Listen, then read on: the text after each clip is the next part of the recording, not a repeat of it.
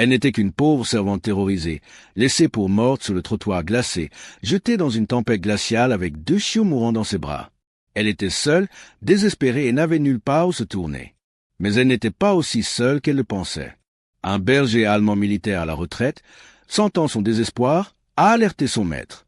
Et l'homme que ce chien a amené à son secours était un évicile. Avant de commencer, dites-nous d'où vous nous regardez. Et si cette histoire touche votre cœur, abonnez-vous s'il vous plaît pour en découvrir d'autres. La ville de Seattle pleurait. Une pluie froide et implacable de novembre tombait d'un ciel meurtri et lourd, transformant les lumières du front de mer en taches d'aquarelle. Dans le quartier exclusif de Magnolia, où le vent soufflait fort depuis le Puget Sound, le manoir Thorne se dressait comme une forteresse de lumière. C'était un phare d'immense richesse, ses hautes fenêtres brillant d'or, imperméables à la misère du temps à l'extérieur. À l'intérieur, le son ténu de la musique classique et le murmure poli des rires dérivaient depuis la grande salle de bal. C'était le gala de charité annuel d'Eleanor Thorne, une soirée où l'élite de la ville se réunissait pour célébrer sa propre générosité. Mais Luna Davis, 19 ans, n'entendait rien de tout cela. Elle se trouvait 3 étages au-dessus de la fête, dans la chambre mansardée froide et pleine de courants d'air assignés au personnel subalterne. Luna, orpheline et petite pour son âge, avec des yeux vigilants de la couleur du ciel de Seattle, ne connaissait que le froid mordant qui s'infiltrait par la fenêtre à simple vitrage. Son uniforme de servante mince offrait peu de protection. Elle n'était pas censée être dans la maison principale du tout pendant la fête. Elle était censée être invisible. C'est pourquoi elle risquait actuellement tout. Son cœur martelait contre ses côtes alors qu'elle descendait l'escalier de service, ses chaussures usées silencieuses sur le tapis moelleux. Elle contourna la fête scintillante au rez-de-chaussée et se glissa dans la vaste cuisine silencieuse, étincelante d'acier inoxydable et de marbre. Le personnel était occupé à servir du champagne, laissant les gardes-manger du fond sans surveillance. Les mains de Luna tremblaient si fort qu'elle pouvait à peine manipuler le fermoir de l'armoire à pharmacie. Elle était une voleuse. Le mot brûlait dans son esprit, mais elle ne volait pas pour elle-même. Elle saisit 2 articles, un flacon à moitié vide d'antibiotiques pédiatriques du fond de l'étagère et une boîte neuve scellée sous vide de lait maternisé importé du garde-manger. Sa gorge se serra. Elle volait à un bébé pour sauver. « S'il vous plaît » chuchota-t-elle à l'air vide. « S'il vous plaît, pardonnez-moi. » Sa véritable destination se trouvait dans le grenier. Dans le coin, derrière son lit de camp, niché dans une boîte en carton tapissée de son propre pull d'hiver, se trouvaient Bolt et Echo. C'étaient des chiots bergers allemands de 6 semaines, minuscules et frêles. Ils étaient les erreurs d'une portée récente élevée par Marcus Thorne. Marcus Thorne, 65 ans et bâti comme un secondeur à la retraite, était un homme de calcul froid. Il dirigeait une entreprise discrète, hautement illégale et très rentable d'élevage de bergers allemands haut de gamme pour une clientèle exclusive. Ces chiots, cependant, étaient nés faibles, leurs poumons compromis. Ils étaient des défauts, impropres à la vente, une tache sur la lignée Thorne. Hier, Luna avait entendu Marcus parler au jardinier, sa voix plate et définitive. « Occupe-toi d'eux demain matin. » L'étang. Aucune trace. Luna savait ce que « occupe-toi d'eux » signifiait. Demain, ces 2 petites vies seraient éteintes. Maintenant, l'un d'eux, Bolt, sifflait, un terrible râle sortant de sa minuscule poitrine. Echo gisait à côté de lui, trop faible pour même lever la tête. Il mourait d'une pneumonie. Luna cacha les biens volés dans les poches profondes de son tablier, l'esprit en ébullition. Elle devait juste les faire passer la nuit. Si elle pouvait les réchauffer, leur administrer le médicament, peut-être, juste peut-être, aurait-il une chance. Elle était à mi-chemin de retour vers l'escalier de service quand une voix, tranchante et froide comme de la glace brisée, traversa la cuisine. « Et où penses-tu aller exactement, ma fille ?» Luna se figea. Elle se retourna lentement. Eleanor Thorne se tenait dans l'embrasure de la porte, une vision en soie vers émeraude.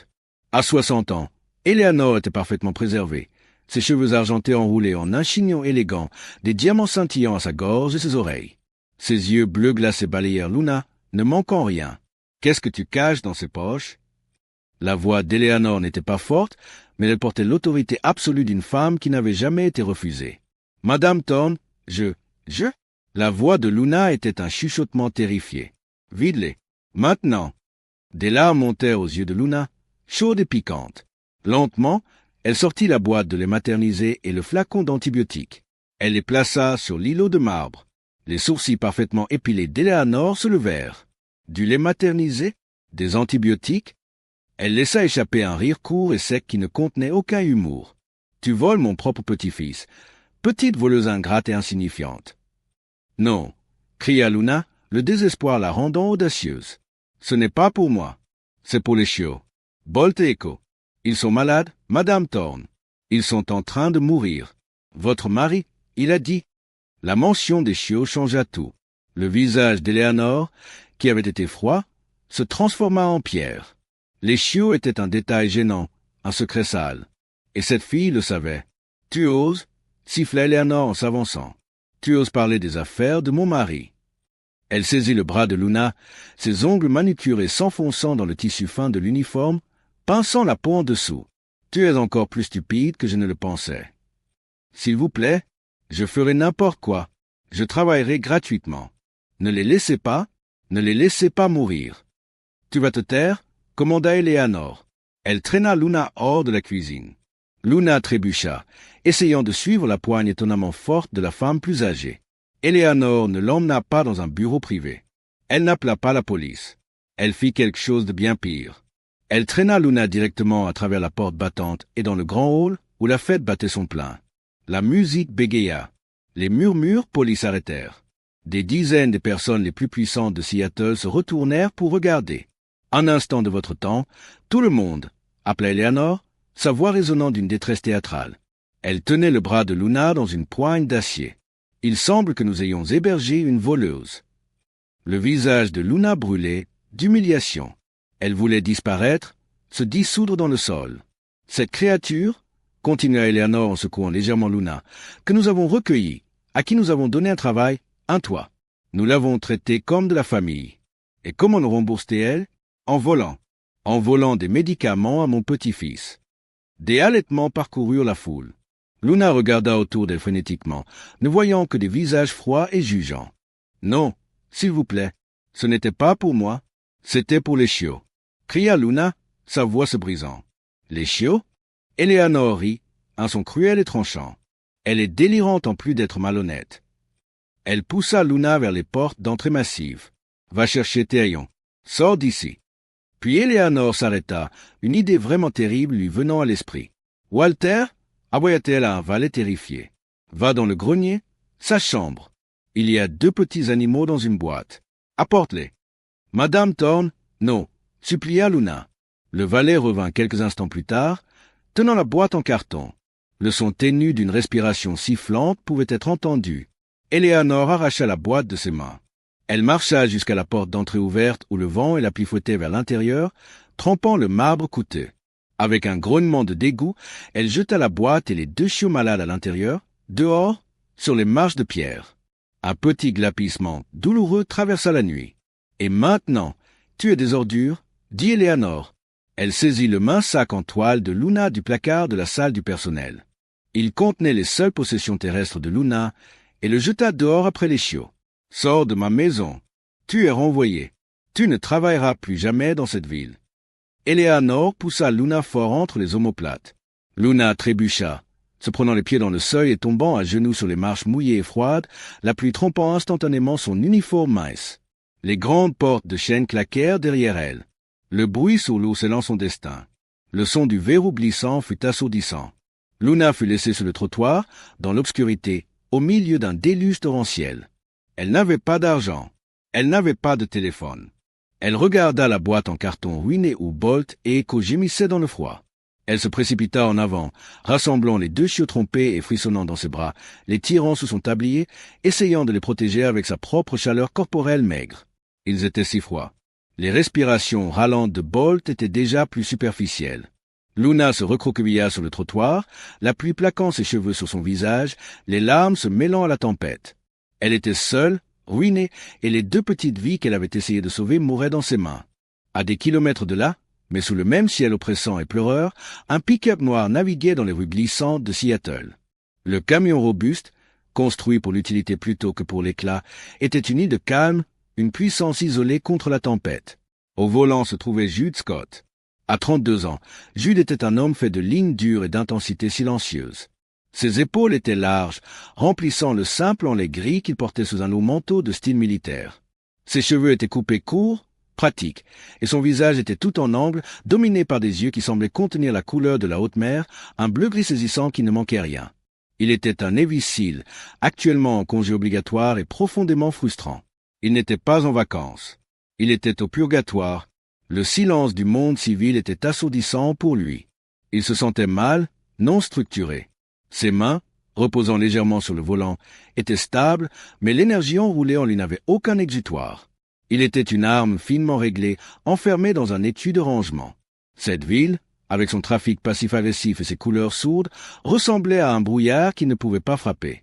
Il avait passé la soirée à conduire sans but, essayant d'épuiser l'agitation qui le griffait, le sentiment qu'il était censé faire quelque chose, pas seulement attendre. À côté de lui, le seul passager en qui il avait confiance, se trouvait Maverick. À 10 ans, Maverick était un chien de travail militaire à la retraite, un berger allemand avec un museau qui virait au gris argenté distingué et des yeux qui contenaient une profonde sagesse tranquille. Il était le partenaire de Jude, son ombre, l'encre vivante et respirante qui gardait Jude attaché au monde. Maverick avait été avec lui pendant 2 déploiements, et maintenant, à la retraite, son seul travail était de garder Jude sain d'esprit. Il était allongé sur le siège passager, sa tête sur ses pattes, apparemment endormi, une présence stabilisante dans la cabine. Le camion de Jude traversait les rues détrompées de Magnolia, le quartier où l'élite du vieil argent construisait ses forteresses. Il venait juste de quitter le cimetière militaire, un endroit qui laissait toujours son humeur plus sombre que l'hiver de Seattle. Soudain, le calme dans la cabine s'évanouit. Maverick, en l'espace d'un battement de cœur, passa de vétéran endormi à professionnel alerte. Sa tête se redressa brusquement. Un grondement bas et vibrant résonna dans sa poitrine profonde, un son que Jude connaissait bien. Ce n'était pas un son « je vois un écureuil ».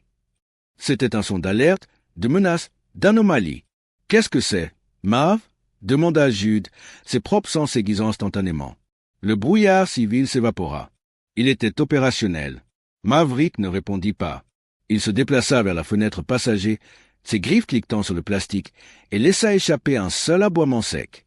Son regard se fixa sur l'obscurité à l'extérieur. « Repos, mon pote » murmura Jude, mais son pied levait déjà l'accélérateur, ses yeux scannants. Il suivit la ligne de vue du chien à travers le rideau de pluie. Il vit la grille ornée d'un manoir massif, ses lumières brûlant brillantes et indifférentes, loin en haut de la colline. Et au bas de l'allée, blotti contre un pilier de pierre, se trouvait une forme. Jude ralentit le camion jusqu'à un rampement. « Un cerf » marmonna-t-il. Maverick aboya de nouveau, plus insistant. Jude arrêta complètement le camion, l'inclinant. Il actionna l'interrupteur de ses phares. Les puissantes lumières laides traversèrent la nuit, illuminant la scène avec une clarté brutale. Ce n'était pas un cerf. C'était une fille. Elle était à genoux sur le trottoir, trempée jusqu'aux os, ses cheveux sombres plaqués sur son visage. Elle tremblait si violemment qu'il pouvait le voir à 20 mètres. Elle était recroquevillée sur un paquet dans ses genoux.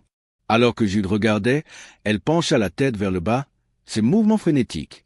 Il réalisa avec un choc ce qu'elle faisait. Elle essayait de faire du bouche à bouche à... Quoi? L'instinct protecteur qui le définissait, la partie de lui qui courait vers le chaos, se déclencha. Ce n'était pas normal.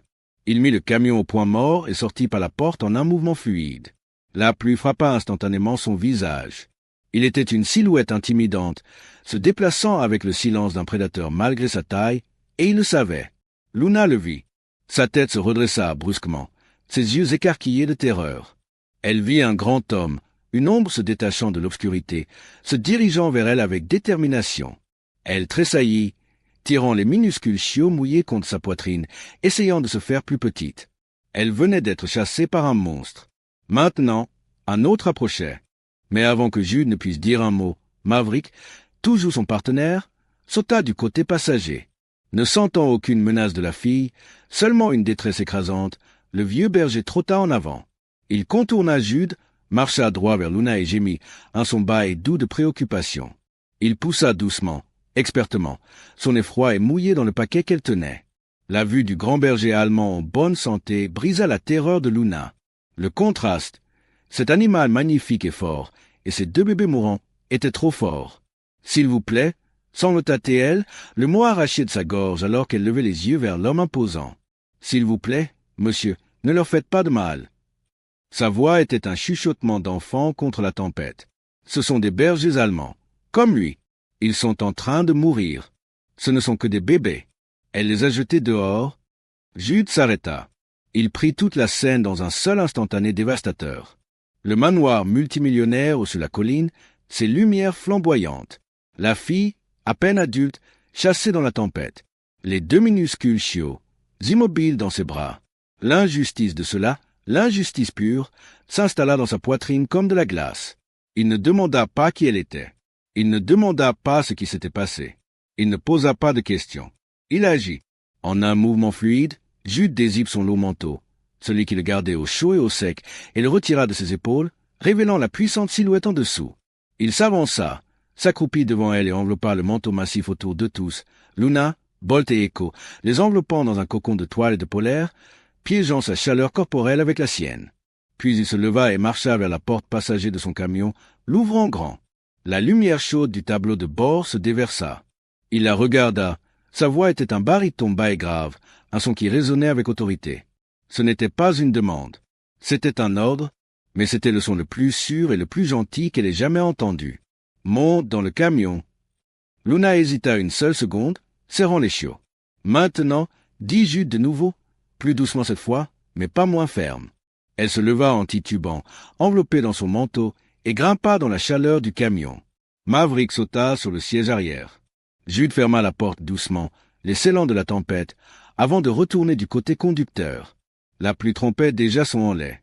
Le trajet fut silencieux, interrompu seulement par le bruit rythmique des essuie-glaces et les faibles respirations ralentes terribles des chiots sur les genoux de Luna. Le camion de Jude était chaud, la cabine scellée contre la tempête, mais Luna frissonnait d'un froid qui était profond jusqu'aux os. Elle était enveloppée dans le lourd manteau de Jude, un article qui semblait l'engloutir entièrement. Ils roulèrent vers le sud, loin de la ligne d'horizon scintillante de Seattle, vers les lumières disciplinées et étendues de la base conjointe Lewis McCord. Jude ne conduisit pas vers la base principale, mais se gara plutôt dans un complexe d'appartements anonymes dans la ville voisine de Lakewood. Le bâtiment était fonctionnel, gris et anonyme. Il se gara dans une place réservée, coupa le moteur, et le silence qui remplit la cabine fut absolu. « Nous sommes arrivés » dit-il. Ce n'était pas une explication, juste un constat. Il la conduisit à un appartement au rez-de-chaussée. Il ne tâtonna pas avec ses clés. Ses mouvements étaient économiques et précis. La porte s'ouvrit sur un espace qui n'était pas une maison. C'était une base d'opération. L'appartement était spartiate, organisé et immaculé. Il y avait un canapé gris, une table basse en métal et une petite cuisine efficace. Aucune photo n'ornait les murs. Aucun désordre ne vivait sur les comptoirs. Cela sentait le nettoyant industriel et la légère odeur métallique d'huile. Jude Scott, réalisa Luna, vivait comme un homme prêt à partir à tout moment. Ici, dit Jude en pointant vers le canapé. Reste. Il disparut dans un court couloir et revint une seconde plus tard avec un étui noir robuste, une trousse médicale de terrain. Il l'ouvrit sur le sol. Ce n'était pas une trousse de premiers soins civils. Elle était remplie de garrots, de pansements compressifs et d'instruments scellés sous vide. Il alluma un petit radiateur électrique puissant, faisant signe à Luna de rapprocher les chiots de la chaleur. Puis il saisit une épaisse couverture en laine olive d'un coffre voisin. « J'ai besoin de ton tablier, » dit-il. Luna tressaillit, ses mains allant automatiquement vers ses poches. Elle avait oublié. « J'ai volé ça. » Elle sortit le flacon d'antibiotiques et la boîte de lait maternisé, les tendant comme une confession. « Je suis désolé. » Jude ne la gronda pas. Il ne sembla même pas surpris. Il prit les antibiotiques de sa main, lut l'étiquette et hocha la tête une fois. « Bien, » dit-il, « ils en ont besoin. » Il ignora le lait maternisé pour l'instant. Il était tout à faire. « Maverick, surveille, » commanda-t-il. Maverick, qui les avait suivis à l'intérieur, se coucha immédiatement près du canapé, face à Luna, un gardien silencieux et vigilant. « Tiens, Bolt, » ordonna Jude. « Garde le stable. » Luna regarda, terrifiée, alors que les grandes mains calleuses de Jude, qui semblaient assez fortes pour briser de la pierre, devenaient des instruments d'une douceur impossible. Il prépara une aiguille stérile, la fixa à une poche de fluide de sa trousse, et tenta expertement la polage sur le dos de Bolt. Il administrait des fluides sous-cutanés, une astuce de champ de bataille pour hydrater rapidement un patient quand une 4 était impraticable. Luna resta figée près du radiateur, enveloppée dans le manteau. Elle était submergée par l'intensité de l'homme. Il n'avait pas demandé son nom. Il n'avait pas demandé son histoire. Il agissait simplement. Son silence était aussi profond que la tempête, et elle ne pouvait pas décider s'il était réconfortant ou terrifiant. Elle enfouit son visage dans le col de son manteau, cherchant refuge. Il sentait la pluie, le cuir et une légère odeur vive qui lui rappelait les feux d'artifice ou la foudre, une odeur propre et métallique qu'elle reconnaîtrait plus tard comme de la poudre à canon. Comme s'il sentait sa détresse, Maverick bougea. Le grand chien se fraya un chemin sous son coude et posa sa tête lourde et chaude fermement sur sa cuisse. C'était un poids solide et réconfortant, une ancre dans sa mer de terreur. Luna laissa échapper un souffle qu'elle ne savait pas retenir, sa main venant se poser sur l'oreille douce du chien. Jude travailla sur Echo, ses mouvements tout aussi précis. Quand il eut terminé, il enveloppa les deux chiots lâchement dans la couverture en laine près du radiateur. Leur respiration sifflante semblait peut-être une fraction moins désespérée. Ce n'est qu'alors qu'il tourna son attention vers Luna. Elle tremblait encore, son uniforme de servante trempé. Il disparut de nouveau et revint avec deux articles, un sweat à capuche bleu marine foncé et une tasse fumante de thé noir. « Bois » dit-il en lui tendant la tasse. C'était un ordre. Elle la prit, ses mains tremblant si fort que la tasse cliqueta. Il n'y avait pas mis de sucre ou de lait. C'était juste chaud, amer et fort. Cela traça un chemin de chaleur dans sa gorge. Il pointa vers une salle de bain voisine. « Va, change. Le sweat est sec. Tes vêtements ne le sont pas. » Luna obéit. Elle s'enferma dans la salle de bain stérile, se débarrassant de l'uniforme mouillé et humiliant. Elle enfila le sweat à capuche de Jude. Il était énorme, tombant presque jusqu'à ses genoux, les manches engloutissant complètement ses mains. Il sentait comme lui, comme le manteau, comme la sécurité. Quand elle revint, la porte de l'appartement s'ouvrait. Luna se figea, son cœur bondissant dans sa gorge. L'homme qui entra n'était pas Jude. Il était plus maigre, avec des traits nets et des yeux intelligents et agités qui prirent la pièce entière en un seul balayage. C'était Cad Ripper Riordan. À 33 ans, il était le coéquipier de Jude, un homme connu pour son pragmatisme cynique et son intellect vif. Il tenait un trousseau de clés. C'était clairement son appartement aussi. Les yeux de Cad scannaient la scène. Jude debout près du comptoir de la cuisine. La couverture en laine près du radiateur avec deux chiots presque morts. Et Luna, se rétrécissant dans le coin, engloutie par le sweat de Jude, ressemblant à un fantôme. Cad s'arrêta net. Il regarda Jude. « Jude, dit Cad, sa voix calme, contrôlée, tranchante. « Qu'est-ce que c'est ?»« Un problème, dit simplement Jude. Le regard de Cad se fixa sur Luna. « Je vois ça ?» Il fit un geste du menton, tirant Jude à quelques pas dans la cuisine, gardant sa voix basse mais tendue. « Qu'est-ce que tu fais ? Tu as amené une inconnue dans la planque. Es-tu fou ? Nous sommes en congé obligatoire, pas en train de gérer un refuge. Tu sais les problèmes qu'elle pourrait apporter. Jude, nous sommes censés rester discrets. » Luna les regardait, terrifiée. Elle ne pouvait pas entendre les mots, seulement la tension. Jude Scott se redressa de toute sa hauteur. Il regarda son coéquipier, son partenaire, et son expression était inflexible. Il n'éleva pas la voix. Il énonça simplement un fait. « Elle n'est pas un problème, » dit Jude, ses yeux trouvant ceux de Luna à travers la pièce. « Elle est une victime. »« Elle est une victime, » déclara Jude, sa voix un grondement bas qui traversa la tension dans la pièce. Cad Ripper Riordan, son coéquipier et ami, se passa une main sur le visage. Cad, avec ses traits nets et son énergie agitée, était l'analyste de l'équipe, l'homme qui voyait 3 coups d'avance. Et là, il voyait un cauchemar tactique. Une victime qui connaît notre emplacement. Jude. Une victime qui est une responsabilité. Ce n'est pas notre combat. Notre combat est là-bas. Ça, il fit un geste vers Luna et les chiots. C'est compliqué. Ce n'est pas? Jude commença, sa posture inflexible. Il fut interrompu, non pas par Cad, mais par un son qui fit taire les 2 soldats endurcis. C'était un halètement étouffé et humide, suivi d'un terrible silence, puis un faible tambourinage raide. Luna cria « Bolt !» Elle se précipita vers la couverture en laine. Le plus petit chiot, Bolt, était rigide. Son dos était arqué, ses minuscules pattes donnant des coups dans un spasme rythmique et non naturel. Un petit filet de moustache était ses lèvres. Il convulsait. En 1 seconde, l'argument était terminé. Jude était en mouvement. Il était aux côtés de Luna, ses mains évaluant le minuscule corps rigide. Il vit la teinte bleue des gencives du chiot. Hypoxie. La pneumonie gagnait. Sa médecine de terrain était pour les traumatismes, pour les blessures par balles et les os cassés, pas pour la défaillance complexe et délicate d'un animal de 6 semaines. Ses compétences étaient inutiles ici. Il regarda Cad. Les clés?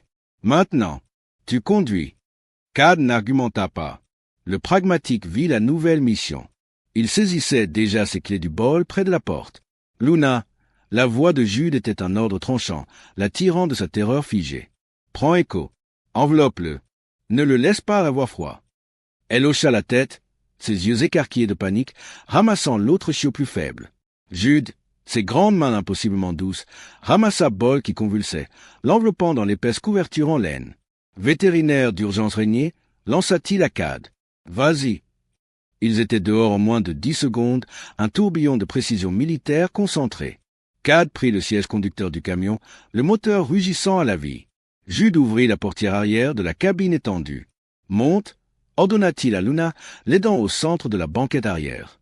Il grimpa à côté d'elle, plaçant Bolt encore tremblant sur ses propres genoux, cocoon dans la couverture. Maverick, sentant l'urgence, sauta de l'autre côté du siège arrière, un sentinelle silencieux et haletant. Les portières claquèrent. « Bouge, Reaper !» dit Jude. Cad écrasa l'accélérateur. Le camion jaillit de la place de parking, les pneus crissant sur le trottoir mouillé. « C'est un cirque ?» Jude marmonna Cad, ses yeux passant entre la route, les rétroviseurs et le rétroviseur. Un cirque trempé à 3 pistes. « Conduis juste !» dit Jude. Il était assis à côté de Luna dans l'obscurité, un mur solide de muscles et de résolution. Elle tremblait, serrant Echo contre sa poitrine, chuchotant des prières sous son souffle. Le camion était chaud, mais Luna était enfermée dans un froid profond. Cad conduisait comme le professionnel qu'il était, rapide, efficace, naviguant dans les rues glissantes de pluie avec une précision agressive. Il prit un virage serré, visant une ouverture dans le trafic, et heurta un nid de poule profond et inévitable. Le camion tangua violemment. Luna, petite et légère, fut projetée sur le côté, sa tête visant directement le cadre de porte en plastique dur. Elle cria, ses bras se resserrant instinctivement autour d'Echo. Elle ne le heurta jamais. Le bras de Jude jaillit, rapide comme la frappe d'un serpent. Ce n'était pas un geste doux. C'était un réflexe, une interception. Son avant-bras cala son épaule, sa main se refermant, la stabilisant. Son bras était une barre d'acier, la maintenant en place, absorbant l'élan. Luna se figea, son souffle se bloquant. Elle était soudainement complètement enveloppée par sa présence. Son bras en travers de ses épaules. Son côté pressé contre le sien. La pure puissance solide de lui était écrasante. « Je te tiens » dit-il, sa voix une vibration basse près de son oreille. Ce n'était pas un réconfort. C'était un fait. Il l'avait. Elle ne tombait pas. Une étrange chaleur inconnue inonda sa poitrine, repoussant le froid juste un instant. Elle hocha la tête, incapable de parler, sa joue frôlant presque le tissu rugueux de son enlait. Il maintint son bras là un battement plus long, s'assurant qu'elle était équilibrée avant de le retirer. 10 minutes plus tard, Cad fit déraper le camion jusqu'à un arrêt sous le portique lumineux et bourdonnant de la clinique vétérinaire d'urgence Régnier. Jude sortit en premier, Bolt dans ses bras.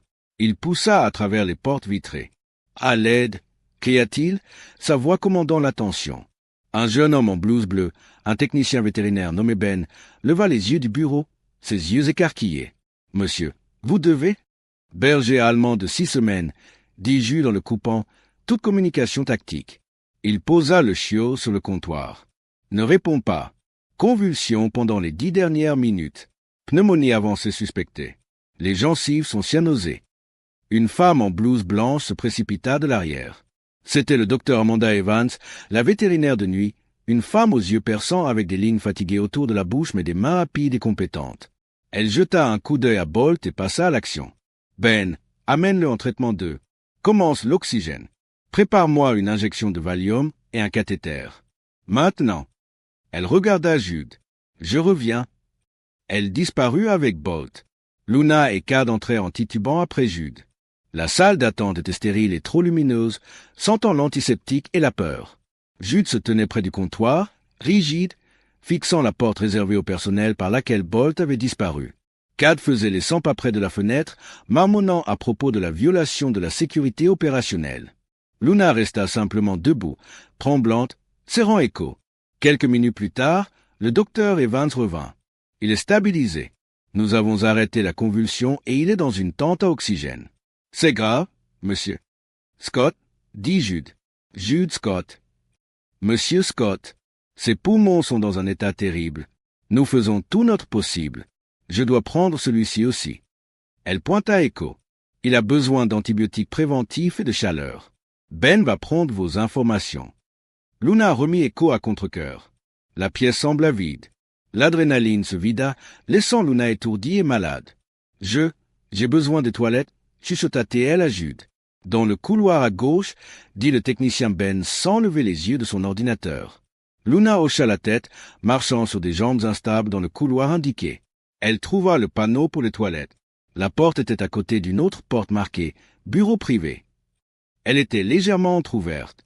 Alors qu'elle tendait la main vers la poignée des toilettes, elle entendit une voix de l'intérieur du bureau. Une voix qu'elle connaissait. Ce n'était pas le docteur.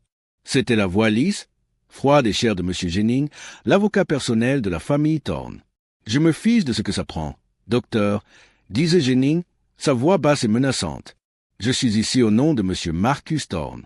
Ces animaux sont une responsabilité. Ils doivent être éliminés discrètement. » Luna se figea, sa main sur sa bouche. Elle entendit la voix du docteur Evans, tendue. « Monsieur Jennings, je suis un médecin pour animaux. Je ne peux pas simplement les éliminer. Celui-ci est critique, mais l'autre pourrait survivre. » « Alors laisse celui qui est critique mourir, » claqua Jennings. « Trouve une raison. Quant à l'autre, une simple erreur. Une surdose de sédatifs. Ces choses arrivent. Le don annuel de la famille Thorne à cette clinique est substantiel. Ce serait dommage de le voir réaffecté. » Il y eut une pause lourde. « Et la fille ?» demanda le docteur Evans, sa voix petite. « Ça, » dit Jennings, sa voix devenant plus soyeuse, « c'est la meilleure partie. Vous écrirez dans le rapport que les chiots ont été amenés souffrant de négligence aiguë, possiblement exposés à la rage. Quelque chose de contagieux. Quelque chose qui a pour origine elle. La fille est une employée mécontente et instable. Ce rapport assurera qu'elle soit prise en charge. » Luna sentit le sol se dérober sous elle. Ils n'essayaient pas seulement de tuer les chiots. Ils essayaient de la détruire, elle. Elle recula, haletante, et trébucha dans la salle d'attente. Jude et Cad levèrent les yeux. Son visage était cendré, ses yeux écarquillés d'une nouvelle horreur profonde. Elle courut directement vers Jude, attrapant son bras. Ils essaient de les tuer, s'étrangla-t-elle à elle. Il est là, l'avocat. Il est dans ce bureau. Il vient de dire au docteur de les tuer. Il a dit de laisser Bolt mourir. Les mots de Luna restèrent suspendus dans l'air stérile et antiseptique de la salle d'attente, tranchants et dévastateurs. Il a dit de laisser Bolt mourir. Pendant une longue seconde, Jude et Cad, Ripper, rirent dont la fixèrent simplement. Cad, qui avait fait nerveusement les 100 pas, s'arrêta. Son corps entier devint immobile. Le cynisme, l'agacement, la praticité, tout disparut, remplacé par une concentration froide et tranchante qui était bien plus effrayante. « Redis ça, » dit Cad, sa voix calme. « L'avocat, Monsieur Jennings, » sanglota Luna en attrapant aussi le bras de Cad. « Il est de la famille Thorne. Il est dans le bureau. Il paie le docteur pour les tuer. Il a dit de dire que j'avais la rage ou quelque chose. Pour me détruire. » Cad et Jude échangeaient un regard. C'était un coup d'œil qui contenait une décennie de combats partagés, un transfert d'informations silencieux et instantané. La responsabilité dont Cad s'était inquiété venait de devenir la cible. Le problème civil compliqué venait de devenir une menace active. Ripper était pleinement engagé. Jude, dit Cad, sa voix coupée et précise. « Reste ici. Tu es le gardien. Ne laisse pas ce docteur ou cet avocat approcher les chiots. Ne laisse pas cette fille hors de ta vue. Tu es son ancre. Compris ? » « Compris, » répondit Jude, sa propre expression se durcissant. « Je passe en mode furtif. » dit Cad.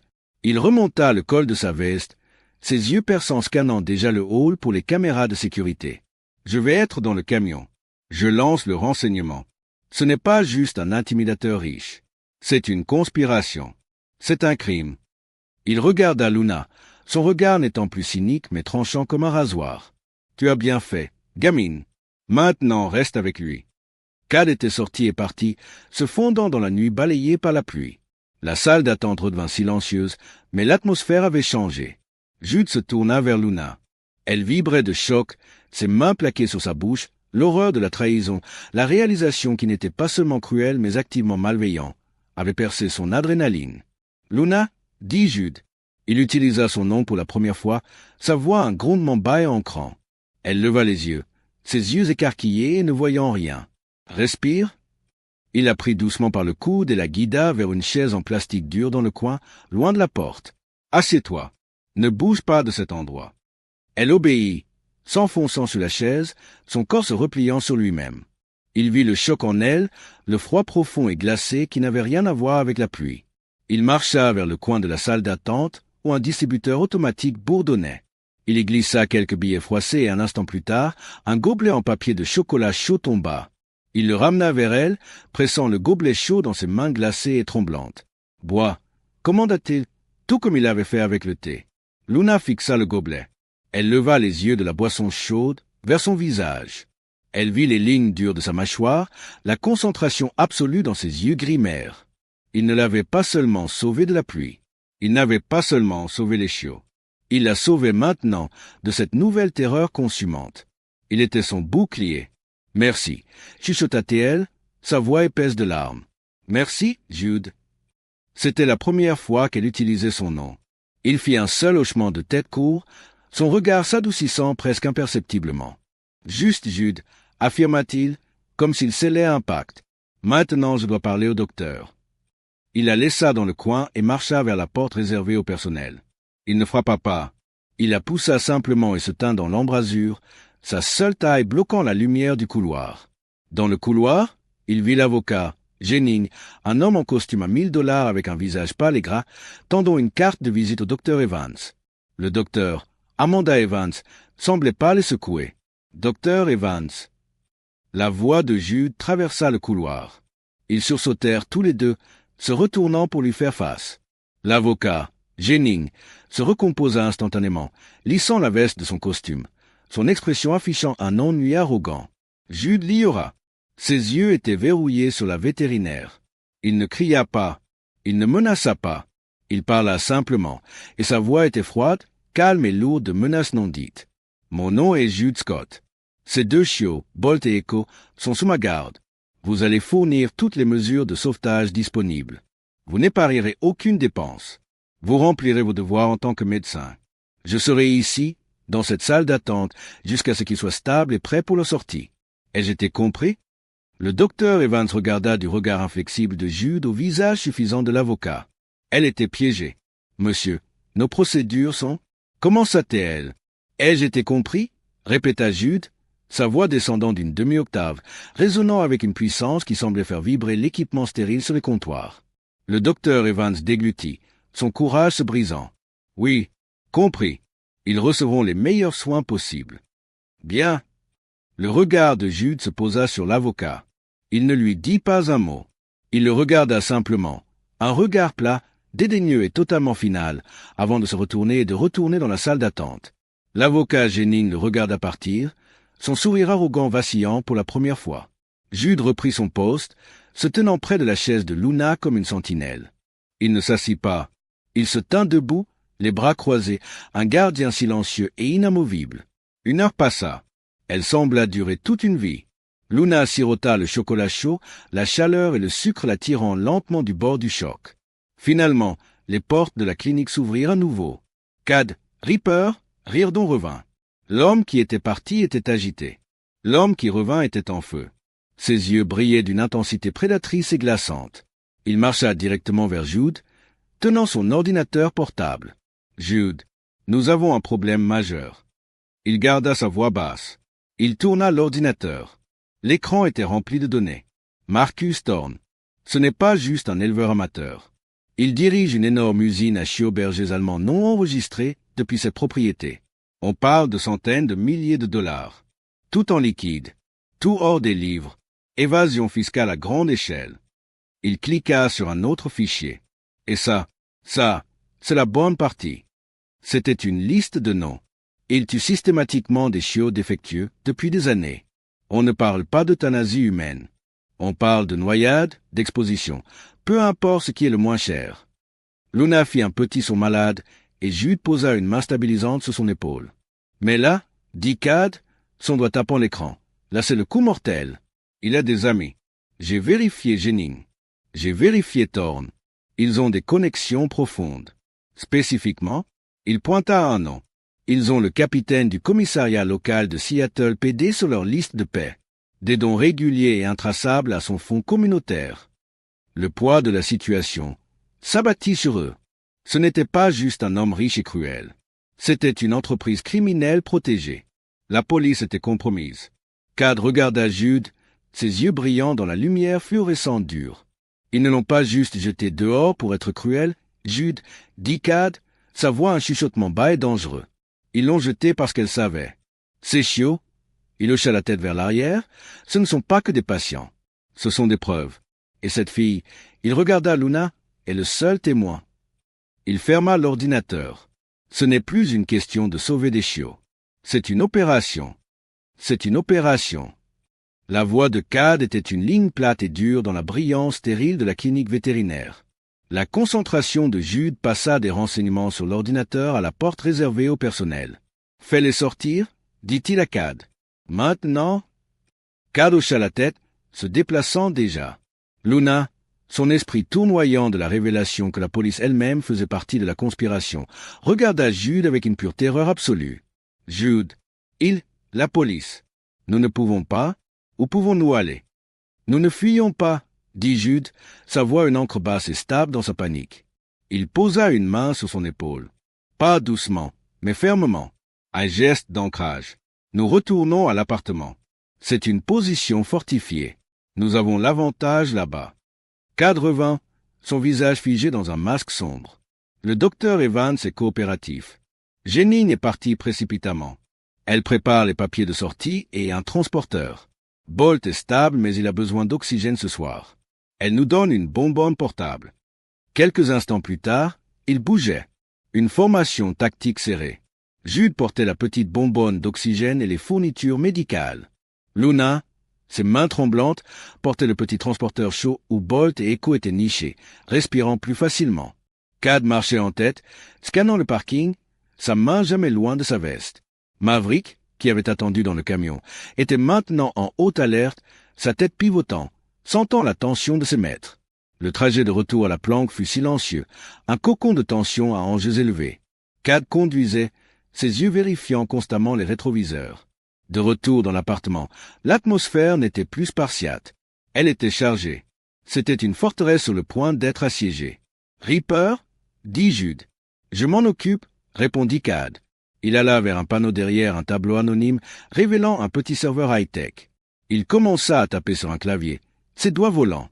J'active les caméras d'entrée. Audio et vidéo. Tout est téléchargé sur un serveur hors site sécurisé. S'ils entrent, nous avons un enregistrement. Jude, pendant ce temps, installa la bonbonne d'oxygène dans le salon, créant un petit nichot pour les chiots sur le canapé. Luna resta simplement au milieu de la pièce, se sentant petite et inutile, le transporteur serré dans ses mains. Les hommes qu'il avait sauvés se préparaient maintenant à une guerre à cause d'elle. La peur était si froide qu'elle était paralysante. Elle commença à trembler, le transporteur tremblant dans sa poigne. Jude le vit. Il arrêta ce qu'il faisait et s'approcha d'elle. Il se tint directement devant elle, la forçant à lever les yeux. Il était une montagne, solide et immobile. « Luna » dit-il. Son nom, et c'était un ordre pour toute son attention. Elle rencontra ses yeux gris-mer, les siens écarquillés de peur. « Ils viennent » dit-il. Ce n'était pas une supposition. C'était un fait. Ils sont corrompus et ils sont désespérés. Et ils utiliseront leur pouvoir pour arriver jusqu'à toi. Mais ils ne réussiront pas. Il posa une grande main calleuse sur son épaule. « Tu resteras derrière moi. Tu ne parleras pas. Tu me laisseras gérer ça. »« Personne, » dit-il, sa voix descendant, son regard brûlant d'un feu protecteur qu'elle n'avait jamais vu. « Ne te touchera. Je te le promets. » Luna le fixa. C'était la promesse la plus profonde que quiconque lui ait jamais faite. C'était un vœu d'un homme qui ne savait pas les rompre. Elle fit un seul hochement saccadé, sa gorge trop serrée pour parler. Elle prit une profonde respiration, serrant le transporteur, et se déplaça vers l'endroit qu'il avait indiqué, derrière la ligne de son large dos. Une heure passa. Les seuls sons étaient la pluie, le bourdonnement de la bonbonne d'oxygène et le tapotement du clavier de Cad. Puis ça arriva, un coup lourd et martelant sur la porte. Ce n'était pas un coup poli. C'était une exigence. Police de Seattle. Ouvrez la porte. Jude fit signe à Maverick. Le chien, qui avait été allongé près du canapé, se leva silencieusement et se dirigea vers la porte, se tenant au talon gauche de Jude. Jude regarda Luna une fois de plus. Reste. Il marcha vers la porte. Il ne regarda pas par le judas. Il l'ouvrit simplement. Il ne l'ouvrit pas complètement. Il l'ouvrit de 15 centimètres, son corps vêtu d'un simple t-shirt et d'un jean remplissant l'espace. Il était un mur solide de muscles et de résolution. Dans le couloir se tenaient 3 hommes. 2 étaient des officiers de patrouille en uniforme, jeunes et visiblement nerveux. Le 3e était le chef. C'était un homme grand dans la fin de la cinquantaine, son visage charnu et rouge, un costume froissé échouant à cacher sa corpulence. Son badge indiquait Capitaine Wade. Ses yeux étaient impatients et tenaient le regard plat et mort d'un homme à l'aise avec sa propre corruption.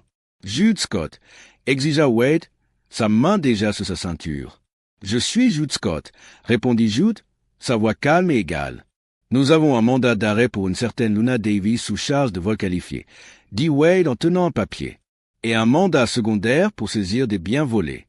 Nous savons qu'elle est ici. Pousse-toi, fiston. » Jude ne bougea pas. Derrière sa jambe, Maverick laissa échapper un grondement bas et vibrant, un son comme du gravier roulant dans une boîte. « Capitaine Wade, dit Jude, son ton respectueux mais ses yeux comme de la glace. Je vois votre mandat. Cependant, je suis en statut de service actif avec la marine des États-Unis. Cet appartement est ma résidence désignée. La personne que vous cherchez est actuellement sous ma protection. » Le visage de Wade devint pourpre. « Je me fiche que tu sois le Père Noël, fiston. C'est une affaire civile. Tu fais obstruction à la justice. »« Non, monsieur, » contra Jude, sa voix ne s'élevant jamais. « C'est maintenant une affaire militaire. Vous tentez d'entrer dans la résidence d'un civil en service actif sans la juridiction appropriée, basée sur ce que j'ai des raisons de croire être un mandat frauduleux. J'invoque donc respectueusement mon droit à un conseil juridique. » Wade ricana. « Tu appelles un avocat? »« Je contacte le bureau JAG, dit Jude. Base conjointe Louis McCord. Je suis sûr qu'eux et mon commandant seront très intéressés de savoir pourquoi un capitaine de commissariat local tente de harceler un membre du SEAL Team 3. » Les 2 jeunes officiers derrière Wade reculèrent simultanément d'un pas. Le mot « SEAL » et « JAG » restèrent suspendus dans l'air comme une grenade dégoupillée. Ce n'était plus une simple arrestation. Wade était piégé. Il savait, et Jude savait, qu'il ne pouvait pas forcer son entrée. Il ne pouvait pas risquer la tempête interdépartementale massive qui s'abattrait si ce soldat disait la vérité. Et toute la présence de Jude, Scott criait qu'il disait la vérité. « Tu fais une erreur, Scott », cracha Wade, pointant un doigt épais. « Tu caches une criminelle. »« Et vous êtes sur mon pas de porte, capitaine », répondit Jude. « Passez une bonne nuit. » Il ferma lentement et délibérément la porte au visage furieux du capitaine de police. Le bruit sourd du pêne dormant glissant dans son logement résonna dans l'appartement silencieux. Jude se retourna. Luna était pâle, ses jointures blanches sur la poignée du transporteur. Maverick s'assit, regardant Jude pour son prochain ordre. De la cuisine, Cad laissa échapper un sifflement bas. « Eh bien, c'était la phase 1, dit-il en se retournant de son ordinateur, un petit sourire froid sur son visage. Le flux vidéo de la caméra du couloir était parfaitement clair. Tu as officiellement attiré leur attention. Maintenant, nous passons à l'offensive. Maintenant, nous passons à l'offensive. » Les mots de Cad restèrent suspendus dans l'air, chargés de l'ozone de la tempête à venir. L'appartement, qui avait été une position défensive, devint instantanément un centre de commandement. « Wade reviendra », déclara Jude, sa voix plate. Il se déplaçait déjà, vérifiant les verrous des fenêtres. Il a été humilié et son maître payeur est désespéré. Il obtiendra un nouveau mandat, un plus gros.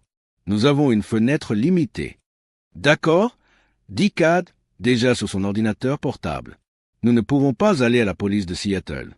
Nous ne pouvons pas aller à l'État. Nous devons aller au fédéral. Nous coupons la tête du serpent. »« Qui as-tu » demanda Jude. « Sandoval » dit Cad en tapant, un rare sourire mince sur son visage. « Marc Sandoval. Tu te souviens de lui de l'équipe 5 ? Il est passé du côté obscur. FBI. » Jude hocha la tête, comprenant. « Bon choix. Il a toujours détesté les intimidateurs. Il dirige une force opérationnelle régionale. Cruauté animale. Crime organisé. C'est exactement sa spécialité. » Pendant que Cad travaillait, Jude se tourna vers Luna. Elle était recroquevillée sur le canapé, le transporteur avec les 2 chiots endormis à ses pieds. Elle ne pleurait plus, mais une peur froide et pierreuse s'était installée sur ses traits. « Luna, dit Jude, sa voix plus douce qu'elle ne l'avait entendue. Il s'accroupit devant elle, la forçant à rencontrer son regard. Tu as été courageuse. Maintenant, j'ai besoin que tu sois intelligente. Elle hocha la tête, ses yeux fixés sur les siens. Wade et l'avocat, Jennings, ils vont dire que tu es une menteuse, une employée mécontente et voleuse. Ils diront que tu as inventé toute cette histoire pour te venger ou pour de l'argent. Il se pencha, son intensité étant une force physique. Je te crois, Cad te croit, mais nous devons le prouver. Nous avons besoin de quelque chose de plus que juste ta parole. As-tu vu quelque chose? N'importe quoi du tout? Le souffle de Luna se bloqua. Elle repensa au grenier sombre et moisi, aux interminables jours de nettoyage, à la peur. Il gardait un livre, chuchota-t-elle. Madame Thorne disait toujours de ne jamais toucher au registre du maître. C'était dans son bureau privé. Je devais le dépoussiérer une fois par semaine. Un registre, dit Jude, ses yeux s'aiguisant. Je n'étais pas juste une servante, confessa Luna, la honte colorant ses joues. Parfois, quand sa secrétaire était absente, il me faisait écrire dedans. Il disait que j'avais une belle écriture. Des dates, des chiffres, des comptes de chiots et des noms. Je ne comprenais pas ce qu'ils étaient. Je le faisais juste. J'avais tellement peur de lui. C'était ça, mais j'avais aussi peur, continua-t-elle, une nouvelle force dans sa voix, qu'il me blâme si quelque chose tournait mal. Il était toujours en colère. Elle plongea sa main dans la poche du jean que Jules lui avait donné, celui qu'elle portait en sortant de la clinique. Elle sortit un téléphone bon marché à dos plastique, son écran fissuré. J'avais ça, mon vieux téléphone. J'ai pris des photos. Elle l'alluma. La batterie était presque morte, mais l'écran s'illumina. Elle ouvrit la galerie. Elles étaient là, page après page d'un registre manuscrit. Des colonnes de dates, de noms et de montants en liquide à 5 chiffres. C'était un enregistrement détaillé d'une entreprise criminelle illégale de plusieurs millions de dollars. Luna, respira Jude, sa voix remplie d'un nouveau respect profond. Tu n'as pas seulement survécu, tu as riposté. Jude, j'ai Sandoval, Cad. Jude amena Luna et le téléphone au bureau.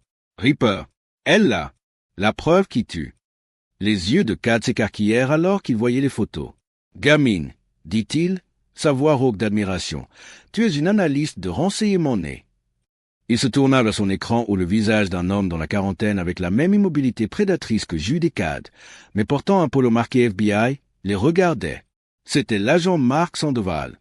Mark, dit Cad sans perdre de temps, rencontre Luna Davis. Elle est témoin et elle a les clés du royaume. Je t'envoie un fichier. Crypté. C'est le registre complet de l'opération d'élevage illégal de Marcus Thorne. Date, transaction en liquide. Et je suis prêt à parier quelques noms que tu reconnaîtras. Nous cherchons Thorne depuis 1 an. La voix de Sandoval était un râle grave. Trafic, évasion fiscale. Nous ne pouvions juste pas entrer à l'intérieur. Tu me donnes l'intérieur. Nous te donnons aussi un flic corrompu, coupa Jude en entrant dans le cadre. Capitaine Wade, police de Seattle. Il est sur la liste de paix de Thorne. Il était juste ici avec un mandat bidon. Il reviendra. L'expression de Sandoval se transforma en granit. Un flic corrompu. Ça accélère le calendrier. Je bouge maintenant. Il regarda Cad. Ripper, tu peux tenir cette position? J'arrive dans 90 minutes. Et j'amène l'équipe complète. Nous tiendrons, dit Jude. Bien. Et Cad? Ouais? Ne casse pas la police locale, dit Sandoval, un fantôme de sourire jouant sur ses lèvres. Ça fait trop de paperasse. L'écran devint noir. L'heure suivante fut la plus longue de la vie de Luna. L'appartement était un réservoir sous pression. Cad surveillait son flux de sécurité. Jude s'occupa des chiots, ses mouvements calmes et méthodiques.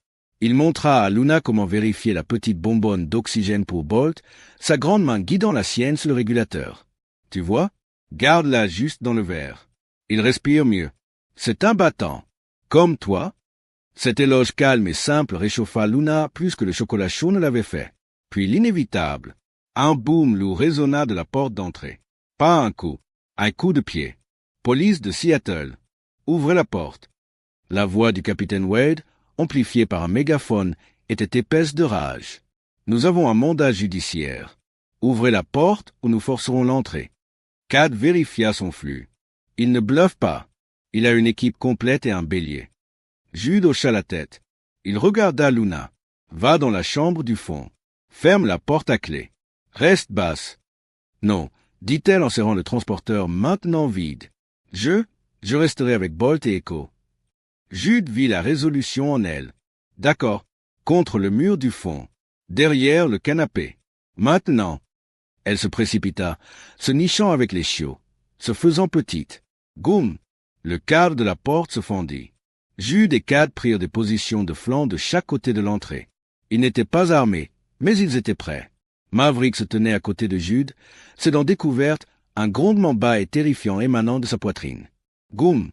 Les charnières crièrent. Wade, son visage pourpre, était sur le point de donner l'ordre final. Un coup de plus. FBI, FBI, tous les officiers, abaissez vos armes, mains sur la tête, éloignez-vous de cette porte. L'ordre explosa de plusieurs mégaphones dans le couloir, absolu. Le bélier s'arrêta. Des cris confus et étouffés vinrent du couloir. La porte de l'appartement, déjà cassée, fut poussée, mais pas par Wade. L'agent Marv Sandoval, maintenant en gilet tactique complet avec FBI inscrit en jaune, entra en force, arme de poing tiré mais pointée vers le sol. Il était suivi par une douzaine d'autres agents, un flot de puissance fédérale professionnelle. Sandoval ignora Jude et Cad, ses yeux se verrouillant sur le visage stupéfait et furieux du capitaine Wade dans le couloir. « Capitaine Wade !» aboya Sandoval. « Vous devez rendre votre arme. Vous êtes relevé de vos fonctions en attendant une enquête fédérale sur la corruption publique. » Le visage de Wade passa du pourpre à un blanc pâteux et malade. Sandoval se tourna, ses yeux perçants trouvant Cad. « Reaper ?» dit-il en donnant un seul hochement de tête. « Tu sais certainement comment organiser une fête. » Il regarda ensuite Jude. « Scott, content de te voir. » Il rangea son arme. « Ton renseignement était solide. Le paquet que tu as envoyé, c'était tout ce dont nous avions besoin. Nous avons obtenu du juge qu'il signe un mandat sans frappe préalable sur le complexe Thorne. Mon autre équipe le frappe en ce moment même. » Alors qu'il parlait, la scène changea. À Magnolia, sous la même pluie interminable, Marcus Thorne déchiquetait frénétiquement des documents dans son bureau. Eleanor, en robe de soie, jetait des ordinateurs portables dans la piscine intérieure. Les portes de leur manoir explosèrent et une équipe fédérale envahit les lieux. FBI, main en l'air. De retour dans l'appartement, Sandoval regarda Luna qui regardait par-dessus le canapé, ses yeux écarquillés. « C'est fini, mademoiselle, » dit-il, sa voix s'adoucissant. « Nous les avons eus. La justice est rendue. » Les conséquences du raid furent une tempête calme et contrôlée. Des agents fédéraux de la force opérationnelle de Marv Sandoval se déplacèrent dans l'appartement, leur travail méthodique, leur voix basse. Le capitaine Wade et ses officiers étaient partis, avalés par le système de justice fédérale. Luna donna sa déposition à l'agent Sandoval, sa voix calme et ferme, sa mémoire claire. Elle était assise sur le canapé, Jude d'une présence solide et immobile à ses côtés, alors qu'elle racontait tout, du moment où elle avait vu pour la première fois les chiots malades à la voix de l'avocat dans la clinique. Cad fournit les preuves numériques, l'audio et la vidéo propre et accablant de la tentative de violation de Wade et les photos de Luna du registre. C'était, comme le dit l'agent Sandoval, un dossier en béton armé. Les jours qui suivirent furent un tourbillon. L'opération d'élevage Thorne devint le plus grand scandale à frapper l'élite de Seattle depuis une décennie. Les médias, flairant l'hypocrisie et les arrestations très médiatisées, furent impitoyables. Marcus et Eleanor Thorne, icônes de la philanthropie, furent révélés comme des opérateurs criminels froids, accusés de dizaines de chefs d'accusation de cruauté animale, d'évasion fiscale et de conspiration. Leurs avocats coûteux ne purent arrêter l'avalanche de preuves que Luna avait fournies. Luna, la fille qu'ils avaient jetée comme des ordures, était maintenant le témoin clé. Elle fut placée sous protection fédérale, déplacée de l'appartement de Jude vers un hôtel sécurisé pendant qu'elle témoignait devant un grand jury. Toutes les charges contre elle furent, bien sûr, abandonnées. Elle n'était plus une voleuse. Elle était une survivante. Un mois plus tard, la tempête était passée, laissant un nouveau paysage dans son sillage. Luna emménagea dans un petit appartement d'une chambre dans un quartier calme de Tacoma, loin de la richesse froide de Magnolia. C'était simple, propre et, pour la première fois de sa vie, c'était le sien. Le loyer était payé pour les 6 premiers mois par un fonds de protection des témoins, mais elle était déterminée à se tenir debout sur ses propres pieds. Elle trouva un travail, pas comme servante, mais comme soignante. Jude avait passé un seul appel téléphonique, utilisant une connexion qu'il avait. Il écrivit une lettre de recommandation pour elle. Elle était courte, seulement 3 phrases, mais elle était écrite sur du papier à en-tête officiel et signée par un homme dont le nom portait un poids silencieux et non dit. Elle fut embauchée instantanément au second champ Shepherd Rescue, l'installation même qui avait accueilli les 42 bergers allemands saisis du complexe Thorn. Sa vie trouva un nouveau rythme. Elle n'était plus invisible. Elle passa ses journées à travailler avec des animaux qui étaient comme elle, apprenant à faire de nouveau confiance. Elle nettoyait les chenils, nourrissait, et surtout, s'asseyait avec les chiens qui avaient trop peur pour sortir des coins. Sa présence petite et calme était un baume pour leur traumatisme. Elle les guérissait, et ce faisant, elle se guérissait elle-même. La meute, comme il l'appelait, commença à se stabiliser. Cad, Reaper, Riordan, l'homme qui avait vu Luna comme une responsabilité, se présenta au refuge un mardi pluvieux. Il marcha dans les rangées de chenilles, son expression indéchiffrable, jusqu'à ce qu'il trouve Echo, le plus fort des 2 chiots. Echo avait récupéré rapidement, un chiot intelligent, autoritaire et sans peur. Cad s'accroupit et Echo mâchouilla immédiatement le lacet de sa botte. Celui-ci dit Cad à Luna, sa voix bourrue. Il n'a aucune discipline. C'est un problème. Luna sourit. Il a juste besoin d'un travail, je pense. Cad grogna. Il remplit les papiers d'adoption en silence, son écriture nette remplissant les lignes. Sous « raison de l'adoption », il écrivit un seul mot, « rookie ». Il partit avec Echo, marmonnant à Jude au téléphone. Maverick s'amollit dans sa vieillesse. Il a besoin d'une recrue pour le garder alerte. C'est tout. Mais Luna vit la façon dont il tenait le chiot contre sa poitrine, une nouvelle douceur inhabituelle dans les yeux du soldat cynique. Bolt, cependant, était une autre histoire. Le petit chiot qui avait convulsé et failli mourir avait formé un lien incassable et indivisible. Il était l'ombre de Jude. Où Jude allait, le petit chien suivait. Et où Bolt allait, Maverick était juste derrière. Le vieux vétéran au museau argenté avait adopté le chiot comme le sien. Bolt, le plus faible de la portée, avait maintenant les 2 protecteurs les plus puissants du monde. Il était, comme le dit Cad, le chien le plus surprotégé de la planète. Le jour arriva, comme Luna savait qu'il devait. Le congé obligatoire de Jude était terminé. Il avait reçu ses ordres. Il était déployé. Il vint à son appartement par un après-midi clair et froid. Il ne frappa pas. Il utilisa la clé qu'elle lui avait donnée. Il la trouva sur le sol de son salon, pas avec un chien, mais 2. Maverick et Bolt. Jude les lui avait laissés pendant qu'il faisait ses bagages, lui confiant les parties les plus importantes de sa vie. Elle riait, un son qu'il n'avait jamais entendu d'elle auparavant, alors que Bolt, maintenant fort et en bonne santé, essayait de voler un jouet corde à Maverick, qui permettait patiemment le vol. Luna leva les yeux alors qu'il entrait, son sourire s'effaçant légèrement, ses yeux pleins d'une nouvelle confiance calme. « Salut, Jude !» Il resta simplement dans l'embrasure de la porte pendant un long moment, prenant la scène. La paix, la normalité, la petite vie chaleureuse qu'elle avait construite. Son esprit tactique, toujours en train d'évaluer, enregistra une nouvelle émotion étrange. Un sentiment de chez soi. Il était en uniforme, le camouflage numérique net et impersonnel. Il était de nouveau le soldat. L'arme. Mon congé est terminé, dit-il. Pas de préambule. Luna hocha la tête, sa main reposant toujours sur la tête de Maverick. Je sais. Seras-tu en sécurité? C'est le travail, dit-il, ce qui n'était pas une réponse. Il s'approcha, mais il ne s'assit pas.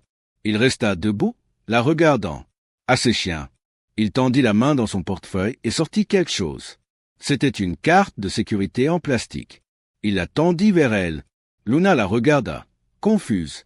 C'est une clé de rechange, dit-il, sa voix un grondement bas. Pour la planque, mon appartement. Il s'éclaircit la gorge, semblant soudain maladroit, un homme bien plus à l'aise avec le combat qu'avec ceci. Pour toi et pour Bolt, pendant que je suis parti. Il jeta un coup d'œil à Maverick. Le vieil homme. Il devient agité.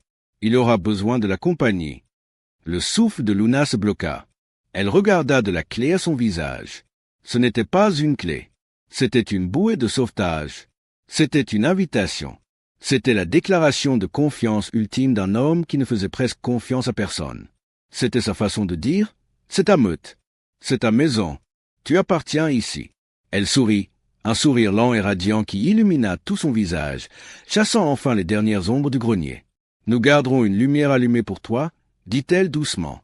Jude hocha la tête, son devoir accompli, l'émotion non articulée installée. Il tendit la main, sa main hésitant juste une seconde avant qu'il ne touche doucement, brièvement, sa joue. Son pouce effleura sa peau, un contact aussi léger qu'un chuchotement, mais aussi solide que sa promesse. Reste en sécurité, Luna. Il se retourna, donna un ordre court à Maverick et sortit par la porte. Luna resta dans l'appartement calme, la clé chaude dans sa main, avec les 2 chiens qui étaient maintenant indiscutablement sa famille. Elle n'était plus une victime. Elle était une survivante. Et elle, Jude, Cad, Maverick, Bolt et Echo, ils étaient une nouvelle meute. Si cette histoire de justice et de compassion a touché votre cœur, nous serions tellement honorés si vous vous abonniez et deveniez partie de notre famille d'histoire. S'il vous plaît, partagez cette vidéo avec quelqu'un qui a besoin d'un rappel que les héros sont réels et que la famille n'est pas toujours celle dans laquelle on est, mais celle pour laquelle on se bat. Nous aimerions entendre votre voix dans les commentaires ci-dessous. Quelle partie de cette histoire vous a le plus touché? Était-ce la promesse protectrice de Jude, le changement de cœur de Cad, ou le courage calme et inébranlable de Luna? Avant de partir, nous voulons prendre un moment pour prier pour vous. Que Dieu bénisse chaque personne qui regarde ceci. Qu'il veille sur vos maisons, protège vos familles et vous garde en sécurité de tout mal. Qu'il vous donne le courage de Luna et vous entoure de la loyauté d'un protecteur comme Jude. Si vous croyez au pouvoir de la prière et au triomphe du bien, rejoignez notre communauté dans les commentaires et écrivez simplement « Amen ». Merci d'être ici. Nous nous verrons dans la prochaine histoire. N'oubliez pas de vous abonner à Cohésion Interne pour plus d'histoires inspirantes de courage, de loyauté et de rédemption.